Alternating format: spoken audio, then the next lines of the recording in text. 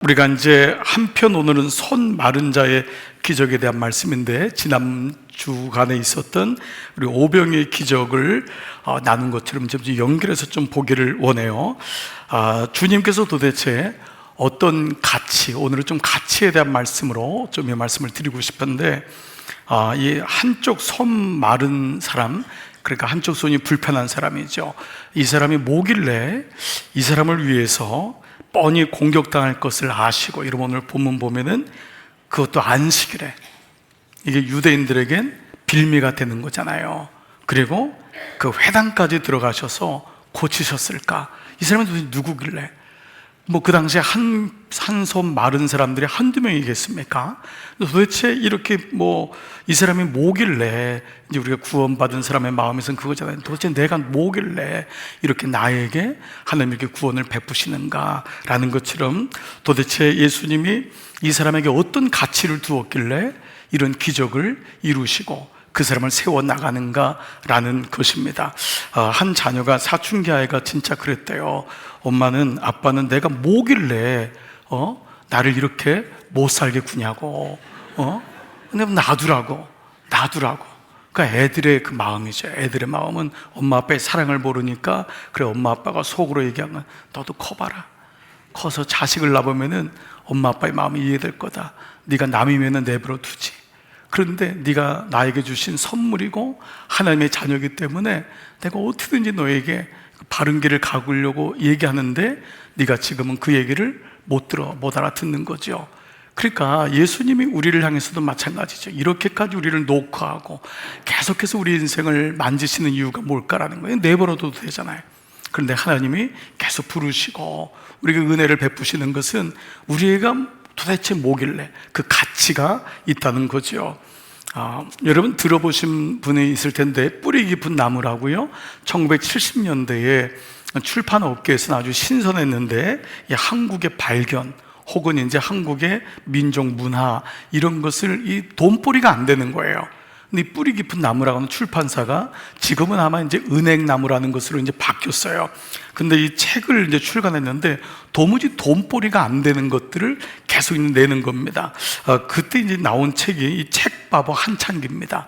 이 한창기 씨가 이 뿌리나무 깊은 나무의 출판 사장이죠.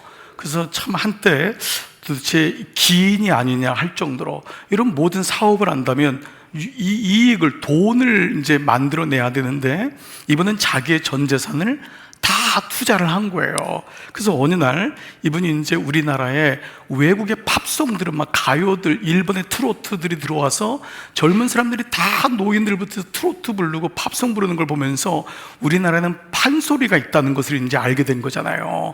그게 우리에겐 좀 아직은 어설프고 또 이렇게 어떤 문화재에 속한 사람들만 부르는 것 같지만, 그 판소리라는 것이, 아리랑이라는 것이 한많은 어떤 그런 우리나라의 어떤 아픔을 다 걸러냈던 것이기 때문에 한 번은 이 판소리 전집을 내겠다고 얘기했습니다. 그러자 직원들이 다 일어났습니다. 아니 사장님, 아예 망하겠다고 작정을 하십니까? 한국의 발견 이런 것도 해가지고 책이 안 나가는데 도대체 사장님은 시대를 잃는 겁니까? 못 잃는 겁니까? 이렇게 얘기하자 이분이 아주 중요한 얘기를 했어요. 한번 써봤어요. 사람이 가치 있는 일 하려면 돈을 낙엽처럼 태울 줄도 알아야지. 그러니까 우리는 지금 못 알아들으니까 아멘을 지금 못 하는 거예요. 자, 우리는 돈이 낙엽 같다고 생각하는 사람은 아무도 없을 거예요. 그런데 가치 있는 일이라면 너가 그렇게 소중히 여기는 돈도 때로는 투자를 해야 된다라는 말입니다. 여러분, 사람을 키운다는 거는요, 보이지 않잖아요. 사람을 키운다는 건 제일 소중하지만 대부분의 사람들이 먹는 것, 입는 것, 사는 것, 입는 다 여기다 투자합니다. 그렇죠? 제가 한번 그런 얘기를 한 적이 있어요. 여러분, 우리가 오해하지 마세요. 여러분, 우리 미국의 얘기예요. 미국이 강아지만 안 키워도요, 아프리카 전체가 산대요. 미국이. 그리고 미국이 집 앞에 있는 그 잔디만 하는데 돈을 쏟지 않으면은 남미가 다 산대요. 뭐냐면 이게 하지 말라는 게 아니라 그만큼 우리는 나에게는 유익한 거예요. 나에게는 다 쓴단 말이에요. 그러나 정작 사람이 없다고 얘기하지만 사람을 키우지 않고 투자하지 않는 모습을 우리가 보게 되는 것이죠. 성경은 보편적으로 그렇다면 일반적인 가치가 뭘까? 일반적으로 가치는 두 가지가 성립이 돼야 돼요. 첫 번째는 가치는 존재하는 거죠. 형이상학적인 게 아니에요. 여러분, 여기 컵이 존재하는 겁니다. 이게 가치가 있다는 건 이미 존재한다는 것을 전제로 하는 거죠. 그러니까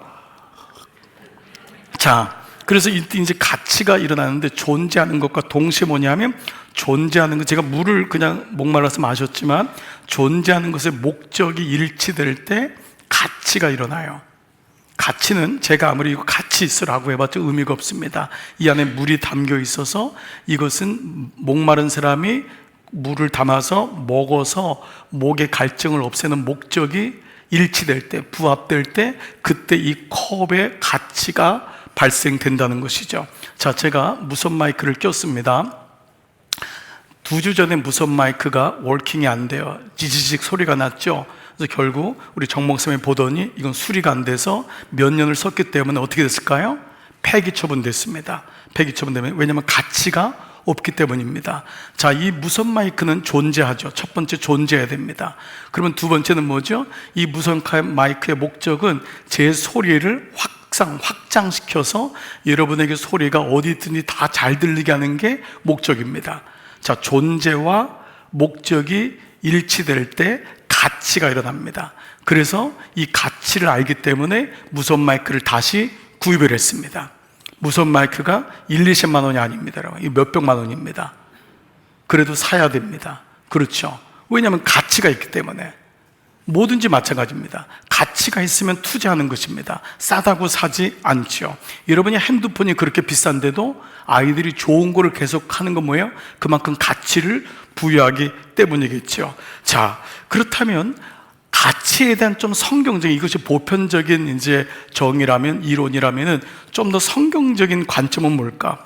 이 땅의 모든 존재하는 것은 스스로가 자기의 가치를 입증하지 못한다는 거예요. 그 자체가, 여러분 이해되시죠? 그 자체가, 내가 컵 자체가 나는 컵이야, 나는 가치 있으라고 할 수가 없습니다. 이 가치는 누가 부여하냐면 이 컵을 만든 자입니다. 그래서 우리가 메이커라고 합니다. 그래서 여러분이 시계를 보다가 갑자기 물건을 보다가 너무 좋은데 뒤에 메이드 인 차이나 그러면은 갑자기 기운이 빠지는 겁니다. 뭐야, 중국제네? 라고 하는 건데, 요즘은 미국 상품의 95%가 다 중국 거기 때문에, 거기서 만들어 오기 때문에 이제 그걸로는 평가가 안 되는 거예요. 그렇죠? 중요한 건 이걸 만든 사람이 가치를 부여한다는 것이죠.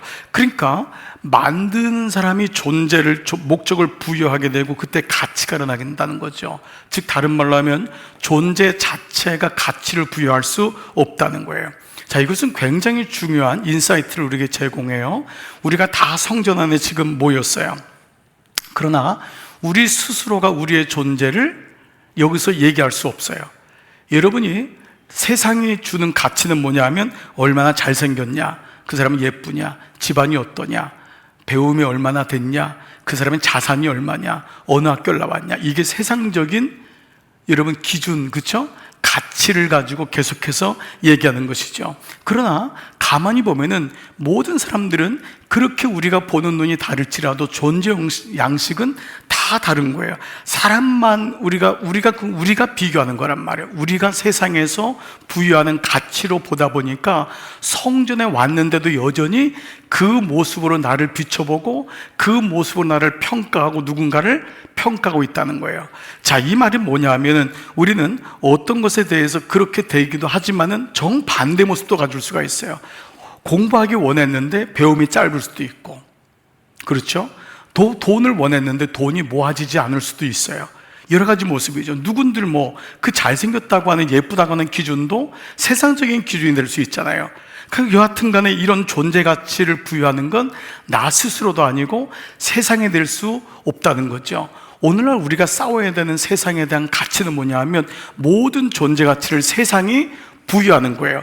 그래서 미디어에 가까우면 가까울수록, 미디어를 가까워하지 않지만 미디어를 보고 분별한 눈을 갖지 못하면 어느 날 미디어가 자기를, 가치를 제공하는 거예요. 그래서 여러분, 우리가 아이들에게 핸드폰 쓰는 시간도 우리가 부여하고 이거를 24시간 가지고 있는 애는 어쩔 수 없어요.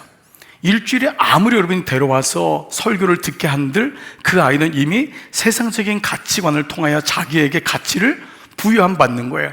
그래서 부모들은 여러분 대안학교나 기독교 학교는 뭐죠? 학교 들어갈 때 핸드폰을 못 쓰게 하고 집에서도 핸드폰 쓰는 시간을 1시간으로 딱 줄이는 이유가 그거예요. 왜냐하면 세상에 그만큼 가치를 계속 부여하기 때문입니다. 자, 그런데 이제 우리가 성경적 관점이 뭐냐? 모든 사람이 다른데 거기에 대해서 우열을 가는 것이 아니라 그 존재에다가 가치를 부여할 수 있는 분은 오직 하나님 한 분이신 줄 믿습니다.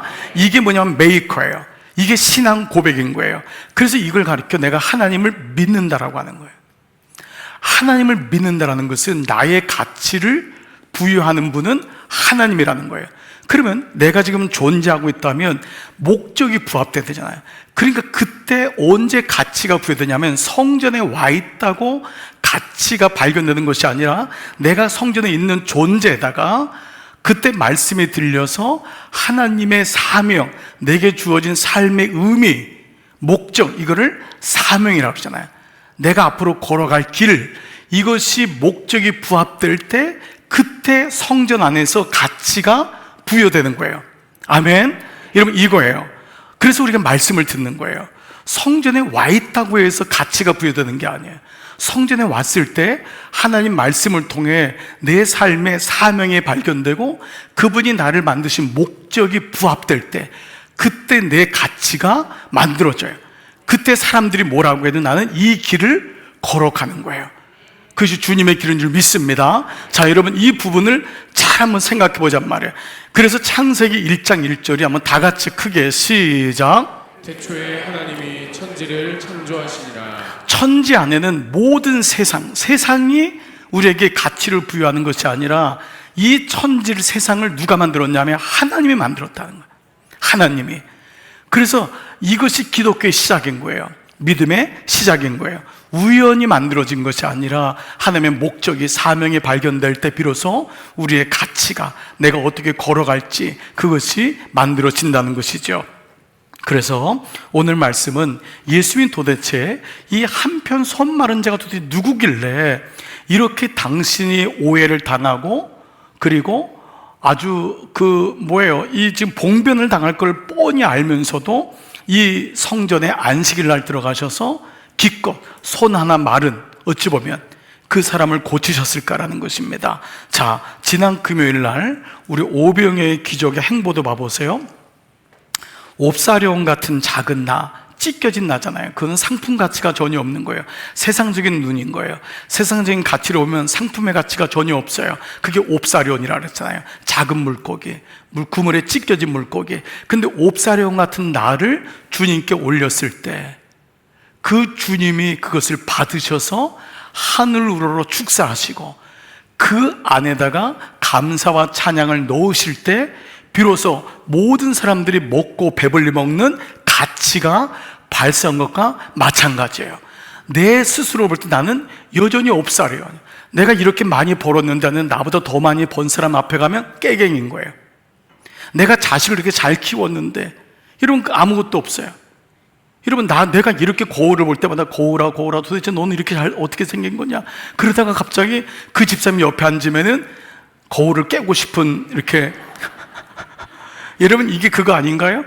그래서 마음 크게 먹고 성형했잖아요. 우리가 다 가서 이렇게 고쳤는데 나왔더니 나보다 더 이쁜 인간이 있는 거야. 또 고치잖아요. 할렐루야. 또 고쳐가지고 이제 요번에 안 되겠다, 전체를 깎자. 깎아가지고 갔더니 나보다 더 깎은 게 있네. 너무너무 힘들어서 이제 몸 전체를 깎는 거예요.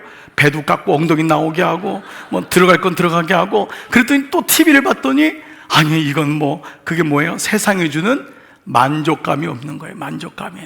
그러니까 오병이어, 옵사룡 같은 내가 주님의 손에 올려질 때만이 그때 거기서 하나님의 가치가 만들어지는 줄 믿습니다. 자, 그래서 오늘 이제 예수님의 가치를 향한 마음이 어떻게 행보가 되는지를 한번 세 가지로 나눠볼게요. 첫 번째는 다 같이 이거예요. 같이 읽어볼게요. 시작. 예배를 향해 걸어가시는 예수님. 자, 이 예수님이 지금 그 안식일 날 회당에 들어갔다는 거는요, 그냥 들어간 게 아니에요. 예수님이 회당에 들어가서 예배를 드리세요. 그래서 예수님이 거기 들어가면은 거기 규례에 따라서 두루마기 성경을 읽고 기도하고 하는 모든 규례를 주님도 지키신 거예요. 그러니까 오늘 안식일에 회당에 들어갔다는 것은 그냥 심심해서 들어간 것이 아니라 예수님도 예배를 향해 들어가셨다는 거예요. 그리고 그 예배를 드린 다음에 거기 한편 손 마른 자가 있다는 것을 보시고 그를 불쌍히 여기시고 고치신 장면이 일어나죠. 첫 번째 가치의 기준이 뭐냐? 예배라는 단어예요. 이사야 43장 21절 같이 한번 읽을게요. 시작. 이 백성은 내가 나를 위하여 지었나니 나를 찬송하게 하려 하심이니라. 가치는 존재와 목적이 부합할 때 이루어진다 그랬죠. 하나님이 우리에게 가치에 부합하는 인생의 목적이 뭐냐? 내가 나를 위해 지었대요. 그래서 이 백성은 나를 찬송하게 하렴. 그러니까 하나님이 가장 기뻐하는 게 뭐냐면 찬송이란 말이에요. 예배란 말이에요. 그래서 오히려 다윗은 황소 한 마리보다 찬송이 귀하다는 거예요. 이런 황소가 도대체 얼마짜리예요? 기본으로 한 100만 원이라고 쳐도 여러분이 그 찬송 하나를 진실로 부를 때 주님이 황소를 드리는 것보다 나는 너의 찬송을 받기를 원한다는 거예요. 그러니까 주님이 우리를 만드셨던 목적은 뭐냐 하면 주님이 교제하기를 원하신단 말이에요. 그거를 예배라고 한단 말이에요.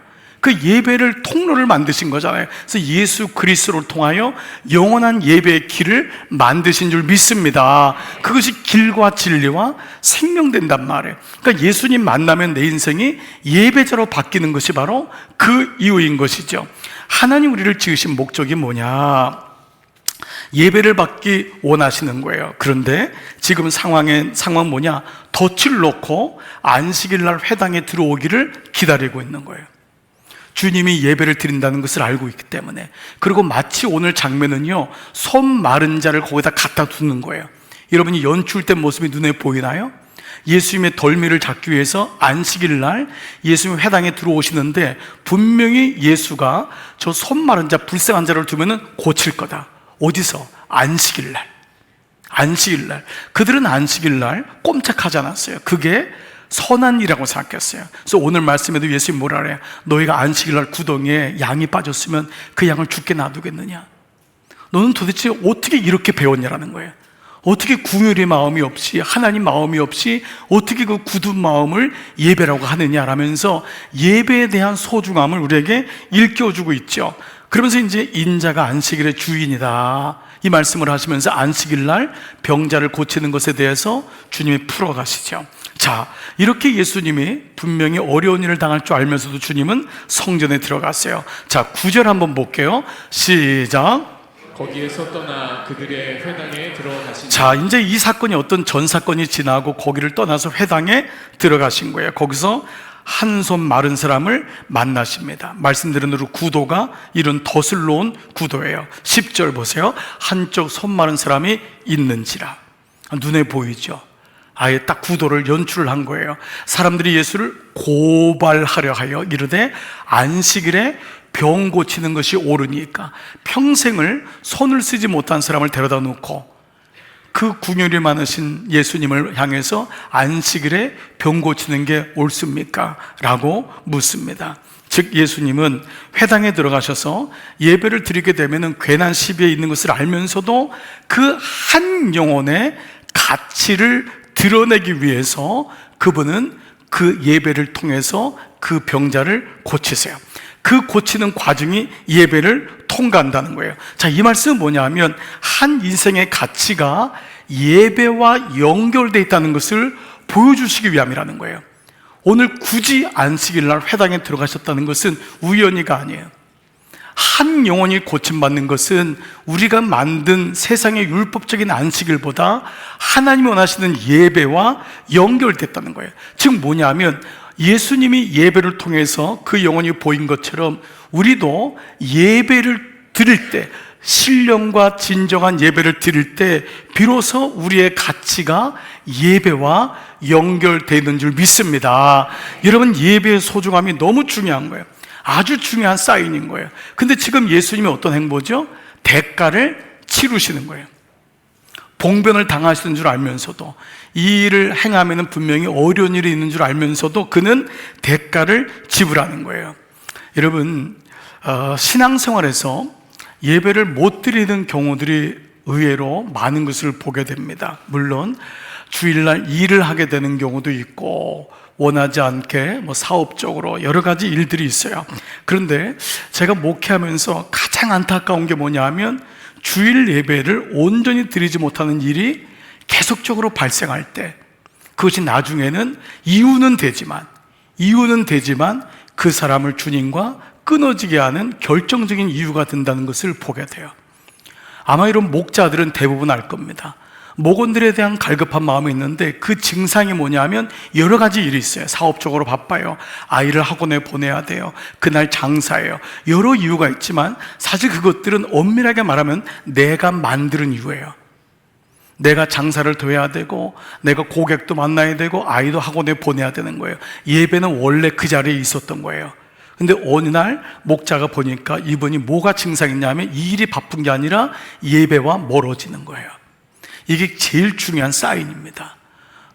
목사 스스로도 볼 때 언제 목사의 위기가 오냐면 예배를 그냥 치워버릴 때요. 예배를 그냥 들여버릴 때, 마치 예배를 그냥 만들어 놓은데 가서 억지로 설교하고 할 수 없지 목사인데, 그때가 위기입니다. 사역을 많이 하는 교회에서 사역자들의 위기가 뭐냐 하면 우리 말씀드렸잖아요. 주님보다 주님의 일이 더 크게 보일 때예요. 이때가 사실 위기가 되는 거예요. 만약에 찬양대가 찬양을 위한 찬양대가 된다면 그 찬양대는 위기예요. 그 찬양은 하나님과 예배하면서 고백되는 찬양이 돼야 되는 거예요. 아멘. 그게 안 되고 찬양을 더 훌륭한 곡을 보여주기 위한 퍼포먼스가 된다면 그 찬양은 오래 갈 수가 없어요. 교사들이 만약에 내가 예배의 은혜를 경험하지 못하고 그가 예배를 드리지 않은 상태에서 아이들하고 만난다면 아이들에게는 그저 한낱 선배가 와서 얘기하는 것 이상해. 멘토, 영적인 아버지는 될 수 없어요. 모든 것의 시작이 예배인 걸 보게 됩니다. 그런데 예배는 시간이 있다고 드리는 게 아니라는 거예요. 모든 사람들이 보니까 예배는 대가를 치른다는 거예요. 시간이 있어서 올까요? 일찍 올까요? 저 사람은 좋겠다. 이 일을 안 하니까 천만에요. 이 일을 안 하니까 백수가 일이 더 많은 거예요.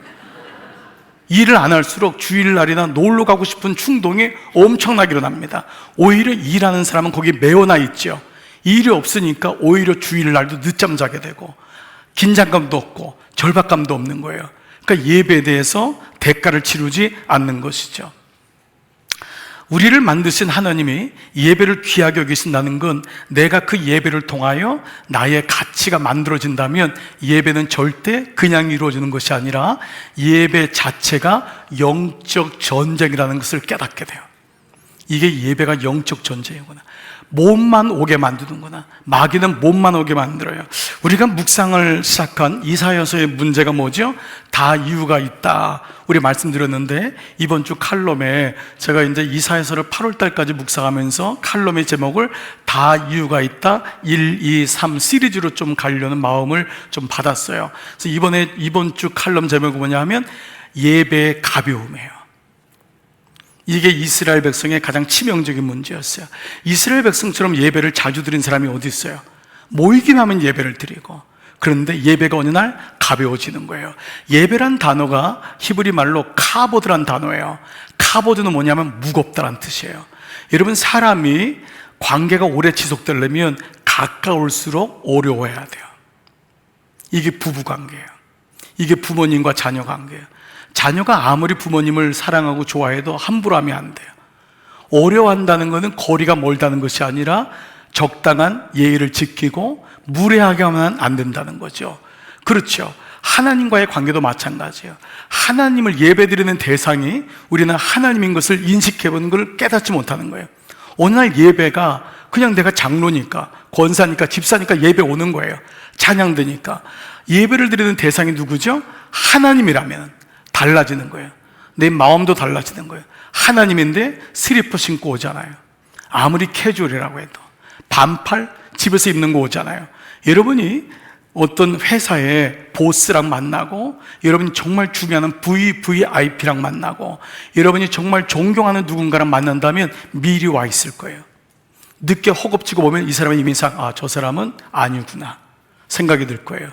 미리 오고 옷도 딱 준비를 해오고, 그렇죠? 그리고 식사도 딱 최고급을 준비하는 마음이 있을 거예요. 그게 그 사람에 대한 예의이기 때문에 그래요. 이스라엘 백성이 어느 날 예배가 가벼워지니까 어떻게 하죠? 재물도 다 눈멀고 병신되고 다 이런 것만 드렸어요. 이건 이사야서의 말씀이에요. 제 말씀이 아니라. 이것만 드렸어요. 좋은 것은 자기가 먹고 다 버릴 것을 하나님께 가져왔어요. 그리고 우리의 재물을 왜 안 받으시냐고 얘기한 거예요. 이게 예배의 가벼움입니다. 예배의 영광, 예배의 드림의 영광, 이것이 회복이 안 된 거예요. 첫 번째, 예수님의 행보는 뭐였죠? 예배를 통해서 예배를 향해 걸어가시는 거예요. 대가를 치르셔야 돼요. 여러분, 이게 예배예요. 예배는 그냥 드리면 안 돼요. 어떻게 예배 시간 누군가를 만나는데 중간에 들어오세요? 어떻게 예배를 드리는데 다 끝날 때 들어오세요? 어떻게 예배를 하나님께 예배를 드리는데 끝나자마자 막 나갔어요? 아니에요. 그래서 정말 제 마음에는 제가 한번 아내한테 이런 얘기를 했어요. 여보, 우리가 정말 우리 교우들에게 예배 기본을 한번 가르쳐 준다면 우리 예배 시작하면 문 잠그자. 그랬더니 집사람이 주여 그러시더라고요. 오죽하면 제 마음이, 예배 시작하면 문 닫자. 그리고 정말 예배 드려보자. 그리고 늦게 오는 분은 다음 예배 시간은 9시 반입니다. 다음 예배 시간은 11시 반입니다. 다음 예배 시간은 2시입니다. 여러분, 롯데 오케스트라는 뭐죠? 여기 콘서트홀에 가서 늦은 적이 있어요. 못 들어가는 거예요. 내가 강남중앙교회 목사입니다. 못 들어가는 거예요. 이미 거기는 그 사람의 방해가 되니까 들어가지 못해요. 여러분, 세상에 극장에도 못 들어오게 하는데 우리가 하나님께 예배드린다고 하는 인식이 있다면 우리는 너무 예배를 가볍게 여기는데 모든 문제가 거기서부터 시작됩니다. 여러분이 자녀를 데려왔는데 예배 시간을 좋은다고 하면 마음이 찢어질 거예요. 예배를 가볍게 여기기 때문이에요. 그래서 오늘 첫 번째, 예배를 향해 걸어가시는 예수님이 그 가치를 두었다면 오늘 우리에게도 예배의 소중함, 예배의 회복, 정말 그 예배 때 하나님이 내게 말씀하신다라고 하는, 그래서 이번 주보에 8가지로 여러분에게 예배의 기본을 체크하게 했어요. 여러분들이 보시면서 나는 그 예배를 어떻게 생각하고 있는가를 한번 돌아보시는 시간 되기를 축복합니다. 자, 두 번째는요, 다 같이 시작. 사명을 따라가시는 예수님. 한 번만 더요. 사명을 따라가시는 예수님. 자, 예수님의 동선을 보면은 예수님은 늘 하나님이 무엇을 원하시는지에 관심이 있으세요. 이게 뭐죠? 하나님이 우리에게 주신 목적 아닙니까? 목적을, 우리가 하나님의 목적을 이끄는 삶, 목적이 이끄는 삶, 이거 우리가 계속 공부했잖아요. 그러니까 하나님이 내게 뭐를 원하시는가, 이게 사명이잖아요. 이게 목적이잖아요. 그냥 우리가 이 땅에서 잘 먹고 잘 사는 거로 한다면 여기 모일 필요가 없죠. 이게 늘 기도 제목이 되는 거예요. 주님, 난 남은 인생을 어떻게 살아야 됩니까? 왜? 내게 이렇게 다 주셨는데, 건강도 주시고 물질도 주시고 자녀도 주시고 모든 걸 주신 분이 주님이라면 나 주님의 기쁨 되기를 원하는데, 여기서 갈라지는 거예요. 그냥 사는 성도가 있고 사명을 따라 사는 성도가 있어요. 이거 완전히 다른 거예요. 여러분은 어떤 성도입니까? 그냥 남은 시간, 내가 인생이 20년 남았으면은 그냥 이렇게 살다가 요양원 가고 편안하게 살다가 그냥 죽으면 땡, 이러면 그 목적 이끄는 인생이 아닙니다. 누구든지 그렇게 삽니다. 목적 이끄는 인생은요, 고민해요. 목장에서 모여서 얘기해요. 나 남은 인생을 어떻게 살면 좋지? 언젠간 늙을 텐데, 언젠간 거동을 못할 텐데, 남은 10년이라면 나 어떻게 살면 좋지? 자녀를 기를 때 달라요. 어떤 사람은 아이를 그냥 공부시키는 게 목적이에요. 그러나 더 위를 보는 사람이 있잖아요. 이 아이를 통해서 하나님이 무엇을 원하실까? 이게 다른 거예요. 이것이 목적이 이끄시는 거예요. 주님은 사명을 따라가세요. 예수님이 첫 번째 공생애를 시작할 때 선포한 말씀이 있어요. 이것도 이사야 말씀이에요. 주님이 이사야 말씀을 그대로 가져가서 나사렛 회당에서 안식일 날 가서 이 두루마기에 있는 말씀을 읽으셨어요. 그게 누가복음 4장에 있는 말씀이에요. 18절 19절, 주의 성령이 내게 임하였으니 이는 가난한 자에게 복음을 전하게 하시려고. 이 가난은 두 가지, 물질적인 가난, 심령이 가난, 둘 다예요. 내게 기름을 부으시고 나를 선택하셨고 그들에게 말씀을, 그들에게 구원을 전하려고, 그리고 나를 보내셔서 포로된 자에게, 우리 인생의 포로되고 눈먼 자고 눌린 자, 이 사람들을 자유를 주고 보게 하고 전파하고 주의 은혜를 전파하게 가르치게 하려면, 이 전파는 그들에게 그 마음을 주기 위한 예수님은 분명한 목적이 있었던 거예요. 그래서 오늘도 그의 사명을 따라서 오늘 한 손 마른 사람들을 고치세요. 아멘. 그렇습니다. 예수님이 회당으로 들어가신 이유가 뭐냐, 이 마음이에요. 12절에 보니까요, 예수께서 다 같이 시작. 예수께서 이르시되 너희 중에 어떤 사람이 양 한 마리가 있어 안식일에 구덩이에 빠졌으면 끌어내지 않겠느냐. 사람이 양보다 얼마나 더 귀하냐, 이거 아니에요? 사람이 양보다 얼마나 더 귀하냐. 그 한 영혼을 구원하기 위해서 포로되고 눈멀고 자유가 없는 그 자에게 복음을 전하는 것, 이것이 분명한 목적인 거예요. 그러니까 우리가 이걸 분명히 한다면 돈 버는 목적이 뭐냐면, 직장 다니는 목적이 뭐냐면, 가정을 이룬 목적이 뭐냐면, 이게 백문일답 아니에요? 예수 그리스도? 예? 이거란 말이에요. 내 인생의 목적이 예수 그리스도. 내 인생의 목적은 자녀가 아니에요. 손주가 아니에요. 인생의 은퇴해서 편안히 사는 게 아니에요. 그건 덤으로 주시는 거란 말이에요. 그 가운데 주시는 하나님의 목적이 발견되는 거예요. 아멘. 이러면 이게 없는 사람과 그냥 인생 노후에 편하게 살다가 여행 좀 다니고 골프 치고 먹을 거 편하게 다 먹고, 이러면 이걸 위해서 우리가 주님께로 왔다면 우리는 여기 있을 이유가 없어요. 그거는 불교에 가도 어디에 가도 다 있는 거예요. 그러니까 말씀이 들리면 하나님이 내게 원하시는 목적이 뭘까? 이러면 여기로 좁혀지는 줄 믿습니다. 이걸 가지고 고민하는 데가 목장이고 1:1 양육이고 부부고 이건 거예요. 그렇습니다. 그러니까 우리는 대가를 치르고 예배를 드리는 이유가 뭐냐? 여기 하나하나 예수님의 사명이 있기 때문에 예배를 드리면서 사명이 발견되고, 우리는 박수 받기 위해서 이 땅에 사는 것이 아니다. 우리를 부르신, 교회로 부르신 이유가 뭐냐? 바로 사명을 발견하기 위함인 줄 믿습니다. 바로 이겁니다. 예수님이 십자가 지을 때 제자들이 다 말렸잖아요. 그런데 그 말씀에 보니까요, 딱 기억이 나는 말씀이 있어요. 굳게 결심하여. 예수님도 십자가를 지을 때 그분도 인간인데 100% 인간, 100% 하나님이셨잖아요. 그러니까 십자가를 져야 됩니까? 라고 할 때 마음이 흔들리는 거예요. 근데 그때마다 굳게 결심해요. 그렇습니다. 여러분, 오늘 이 마음이 여러분 가운데 다시 굳게 결심하여 이 마음이 있기를 축복합니다. 이 마음을 서로 나누고 주는 사람을 가르쳐 동역자라는 거예요. 동역자. 세상에 친구는 많은 거예요. 친구는 술 먹자, 어디 놀러 가자, 이건 친구예요. 그것도 필요해요. 그러나 내 삶을 나누고 우리 목적을 잃지 말자, 그래서 굳게 결심하자, 이 마음인 거예요. 존재와 나의 사명이 일치되면 그때 하나님의 인류의 구원의 역사가 일어난 것처럼 하나님이 우리를 통해서도 놀랍게 구원의 역사가 일어나는 줄 믿습니다. 그래서 내 목적, 내 사명이 뭔지를 부단히 알아내는 것이 바로 예배를 통해 주시는 말씀과 기도인 거예요. 우리가 기도를 통과하게 되면은 그때 내 사명을 자꾸 좁혀지는 거예요. 아, 이걸 위해서 내 삶을 투자해야 되겠구나. 이걸 위해서 내게 주신 물질, 내게 주신 건강, 이걸 위해서 살아야 되겠구나. 여러분, 제가 여러분 은행 많이 만나잖아요. 그 은행에 하는 말이 뭐예요? 놔두고 가는 돈 투성이라는 거예요.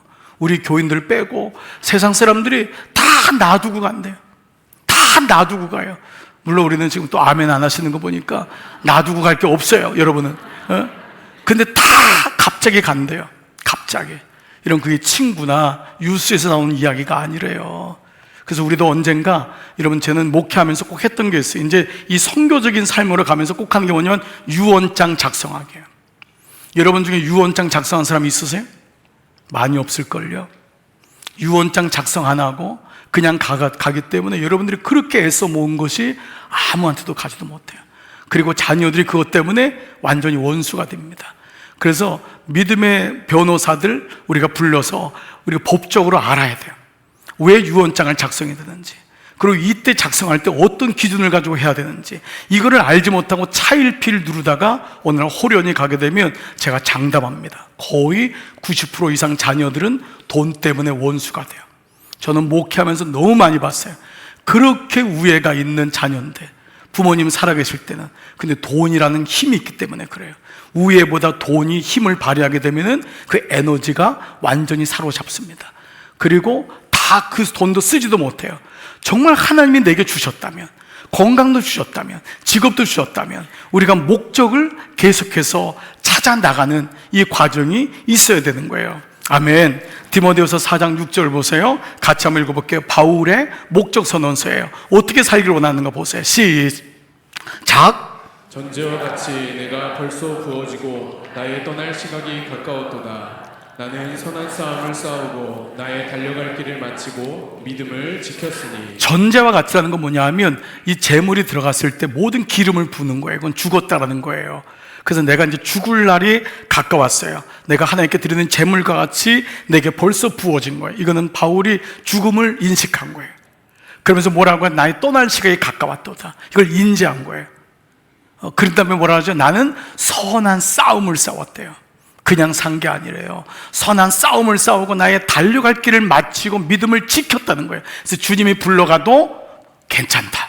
이게 준비된 인생인 거예요. 그렇습니다. 이 바울의 인생 사명 선언인 거예요.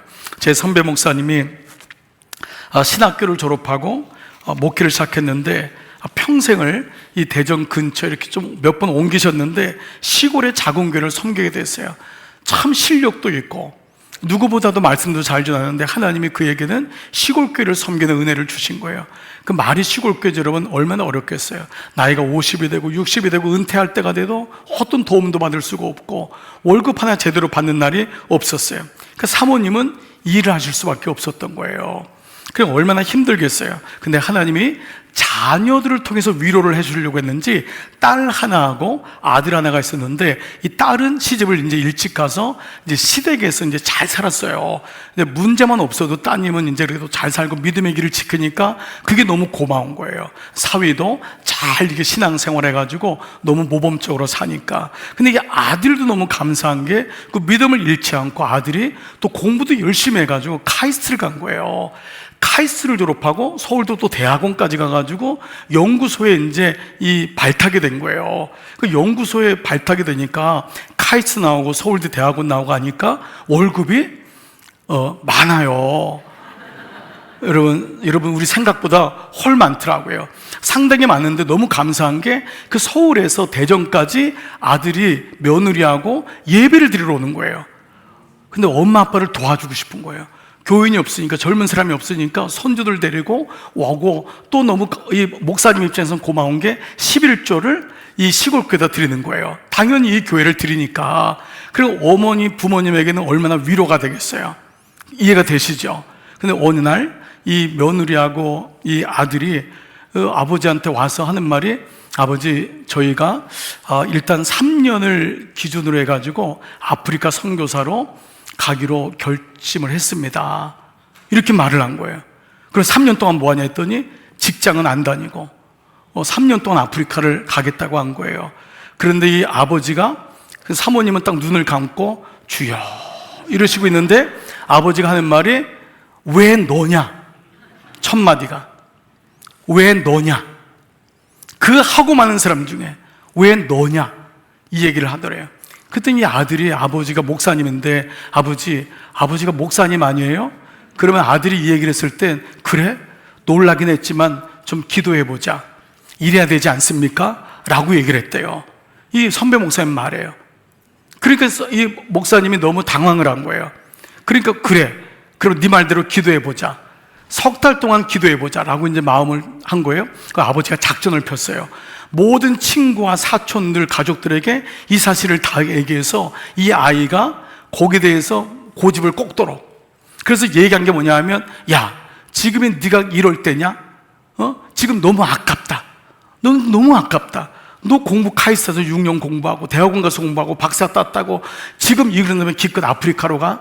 너무 아깝다. 이 얘기를 3개월 동안 집중 포화를 한 거예요. 집중 포화를.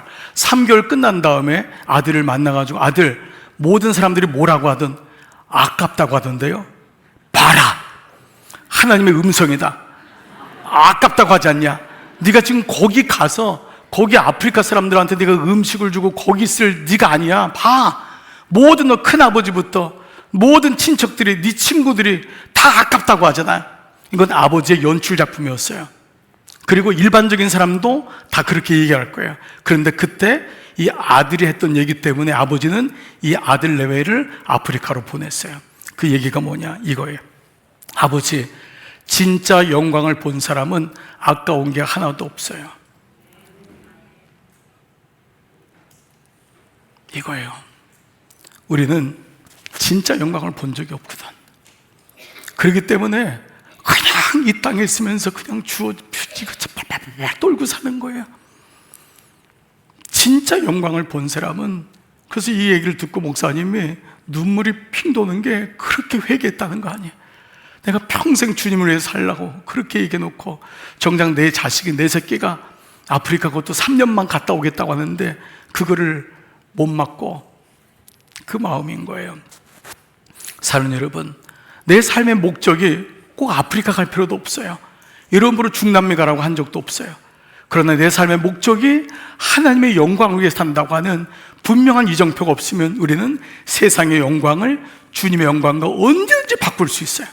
여러분, 하나님께 영광을 바칠 때 이 세상의 것이 다 주님의 것이잖아요. 그러면 주님이 그 모든 걸 주시지 않겠냔 말이에요. 우리가 말씀으로는 다 알잖아요. 먼저 그 나라와 그 일을 구하라. 그러면 이 모든 것을 더하시리라. 여러분, 이 아들이 어떻게 되냐면 3년 딱 갔다 온 다음에요, 그 직장인 못해서 완전히 가는 곳마다 선교사가 된 거예요. 더 놀라운 건 더 좋은 직장을 주고요, 하나님이 그를 CEO까지 올리고요. 아버지가 그때 그 길을 막았다면 어떻게 할 뻔했냔 말이에요. 물론 그 사람은 또 은퇴하고 난 나이가 차면 또 갈 거예요. 자신이 원하는 그 나라를 위해서. 얼마나 감사한 거예요. 여러분, 이것이 주님에게 의탁하는 삶이고 우리가 그건데, 하나님의 목적이 없고 영광이 없다면 내 계획과 내 뜻대로 다 뜯어 맞추는 거예요. 그리고 우리는 사람들에게 잘 키웠다라고 얘기하는 거예요. 사랑하는 여러분, 오늘 두 번째 예수님의 행보는 사명을 따라가는 가치가 임하기를 여러분 축복합니다. 세 번째, 다 같이 시작. 기꺼이 떠나시는 예수님. 한 번만 더요. 기꺼이 떠나시는 예수님. 자, 이게 무슨 말이냐? 예수님이 한편 손 마른 자를 고쳤어요. 근데 거기 뭐죠? 반발이 막 일어났잖아요. 예수님 쥐잡듯이 잡는 거예요. 그러면 어떻게 할까? 예수님도 인간인지라 그게 아니라고 설득도 하고, 그렇죠? 계속 그 사람에게 뭔가 이렇게 막 했을 거예요. 충돌도 일어나고. 물론 예수님도 화 있을진저 이런 얘기를 한 적이 있어요. 그런데 오늘 본문 보니까요, 15절에 보니까 예수께서 그들을 아신 거예요. 그들의 마음이 어떠한지 아시고 거기를 떠나시니라고 했어요. 이거는 그들을 무시했다기보다도 주님의 사명은 더 큰 거예요. 거기 붙잡혀 있지 않겠다는 거예요. 이미 그들의 마음을 안 거예요. 이 사람들은 줘도 변화되지 않아요. 이미 그 마음이 강팍해져 가지고 예수님을 잡아 죽이려고 하는데, 그들에게 아무리 하나님 나라를 가르쳐줘도 돼지에게 진주를 던지겠냔 말이에요. 그래서 그분은 할 일이 너무 많은 거예요. 앞으로 남은 공생의 시간 동안 너무 많은 사람이 기다리고 있는 거예요. 그 사람들을 고치는 게 홀 낫다는 걸 주님이 아셨다는 거예요. 이건 주님이 여러분 이 영혼들을 무시했다는 것이 아니라 오늘 이걸 가르쳐서 뭐라고 하냐면 선택과 집중이라고 해요. 이 부분이에요. 우리가 인생을 살면서 가장 중요한 게 있어요. 모든 사람을 만날 수 있어요. 여러분들이 모든 사람을 좋아할 수 있어요. 그 사람들에게 박수도 받을 수 있어요. 그러나 인생은 그렇게 길지 않아요. 우리 인생 속에 중요한 게 있어요. 가치가 형성된다는 건 뭐냐면 선택과 집중이 일어나야 돼요. 그때 가치가 일어나는 거예요. 여러분, 사랑이라는 건요, 선택과 집중이에요. 그래서 여러분, 제가 말씀드렸잖아요. 저는 집사람 만날 때 그 만나기 전에 있었던 모든 이름들을 다 지웠다는 거예요. 여러분, 피곤하실까봐 웃자고 지금 얘기하는 거예요. 네? 금요일날 다 이렇게 힘들게 오셨는데, 여러분 보세요. 선택과 집중이에요. 제가 만약에 그 이전 명단들을 가지고 오늘은 미스 킴, 내일은 미스 박, 그 다음에 토요일은 수복 씨를 만나고, 이건 선택과 집중이 아닌 거예요. 이 사람 없으면 살 수가 없다고 하는 게 이게 믿음이잖아요. 선택과 집중, 이것이 가치를 만들어낸다는 거예요. 그럼 이걸 다른 말로 뭐라고 하냐면 가지치기라고 해요. 여러분, 가만히 보면은요, 인생이 가지치기가 안 돼요. 에너지라는 것은 가지치기가 안 되면 절대 안 돼요. 에너지를 쓴다는 건 뭐냐면 한 곳에 집중하는 거예요. 돋보기가 아무리 비싸도 대놓고 흔들면 종이도 못 태워요. 그러나 1,000원짜리 돋보기도 집중하면은 나무 같아요. 마찬가지예요. 예수님의 공생에는 선택과 집중이었어요. 크리스 주크라는 사람, 제임스 앨런이라는 사람인데 기업가예요. 이 사람들이 2천여 개가 넘는 기업을 조사하는데 놀라운 걸 발견했어요. 그 중에 성공한 기업의 80% 정도가, 물론 아주 큰 기업들은 여러 가지를 할 수 있죠. 그러나 일반적인 사람들의 80% 정도가 많은 것이 아니라 몇 개 혹은 한 곳에 집중했다는 거예요. 여러 개가 아니라. 그리고 사역이 연결된 사역을 했다는 거예요. 이거 하다가 안 되면 저거 하고, 저거 하다 안 되면 이것이 아니라 계속 연결됐다는 거예요. 여러분, 중요하지 않나요? 굉장히 중요한 거예요. 우리는 어떤 것을 많이 하냐를 중요하다고 생각해요. 그게 아니라 집중하냐예요. 믿음이란 것은 선택과 집중의 원리라고 했어요. 재밌는 얘기인데요. 일전에 행주상성에 가면은 국수집이 하나 있었대요. 근데 이분이 예수 믿는 집이래 가지고 어느 목사님이 알게 됐는데, 국수값이 5,000원 밖에 안 돼요. 국수값이. 근데 문제는 뭐냐면 하루에 2,000개를 판대요. 자, 여러분, 이게 놀라지 않을 줄 알았어요. 자, 국수가 5,000원인데 하루에 몇 개를 판다고요? 2,000개를 판대요. 저는 그 숫자가 안 되니까 2,000개 파나 봐 했더니, 그 국수, 예수 믿는 사람이니까 주일 빼고 25일을 성수하는데 국수에 5,000원에서 이익을 2,000원만 가져오니까 2,000 곱하기 2,000 곱하기 25 하니까 한 달에 국수를 팔아서 얼마 버냐면 1억을 벌어요. 1억을. 아니, 좀 놀라세요, 좀. 여러분 도대체 얼마를 보세요? 네, 11조 검사 들어갈까요? 네? 얼마를 11조 하세요? 이분이 11조를 한 달에 1,000원, 1천만 원 하는 거예요. 국수만 팔았어요. 뭐죠? 집중하고 선택하는 거예요. 국수 하나를 어떻게든지 잘 만들자는 거예요. 밀가루를 어떻게든지 좋은 밀가루를 쓰고, 그래서 그 사람들이 국수 하나에 행복을 주자는 거예요. 여러분, 삶을 보세요. 우리 삶에는 너무도 많은 것이 많아요. 예수를 잘 믿지 못하거나 믿음의 역사가 일어나지 않는 사람은 너무 바빠요. 바쁜 게 아니라 브랜치가 많아요. 집중이 안 되는 거예요. 여러분, 이게 뭐죠? 볼링공입니다.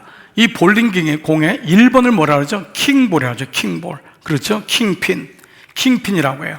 이 킹핀은 뭐냐면 가장 왕이 되기 때문에 1번을 칠 때 다른 것은 무너진다는 것이죠. 그렇죠?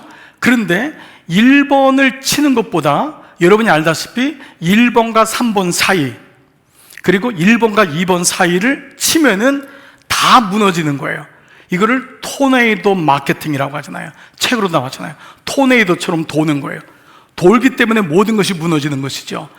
어떤 걸 치는 게 아니라 킹핀을 중심으로 해서 킹핀 옆에 있는 그거를 사이를 칠 때 다른 것이 무너진다. 이거를 토네이도 마케팅. 여기에 대한 책이 많죠. 여러분, 비즈니스 하는 분들은 이 말 들어보셨잖아요. 토네이도 마케팅이라고 뭐냐면 단순하지만 그것이 반복, 지속, 확장될 때 역사가 일어난다는 거예요. 아멘. 여러분, 이거예요. 여기저기 2%라면 저기 가고 뭐 여기 가서 뭐 이거 해주고 저기 가서 저거 해주고, 이걸로 역사가 일어나는 게 아니에요. 묵묵히 앉아서 하나님 말씀을 파고 그 말씀을 가지고 가르치고 배우고 그 말씀을 나누고, 단순한 것 같지만 거기서 역사가 일어나요. 근데 그게 안 되는 사람은요, 말씀이 없어서가 아니라 너무 분주하기 때문에, 붕 떠 있기 때문에 그래요. 그러다 보니까 안 되는 거예요. 그런데 이렇게 집중하면서 실력을 쌓아 나갈 때 역사가 일어나는데, 여러분 이거 말씀을 많이 들었죠? 티핑 포인트가 일어난다 그랬죠? 티핑 포인트. 티핑 포인트가 뭐예요? 작은 변화들이 쌓여서 임계점을 넘는 순간 어떠한 현상이 서서히 진행되다가 한순간에 폭발적으로 번지면서 변화를 일으키는 전환점이라는 거예요. 이해되시죠?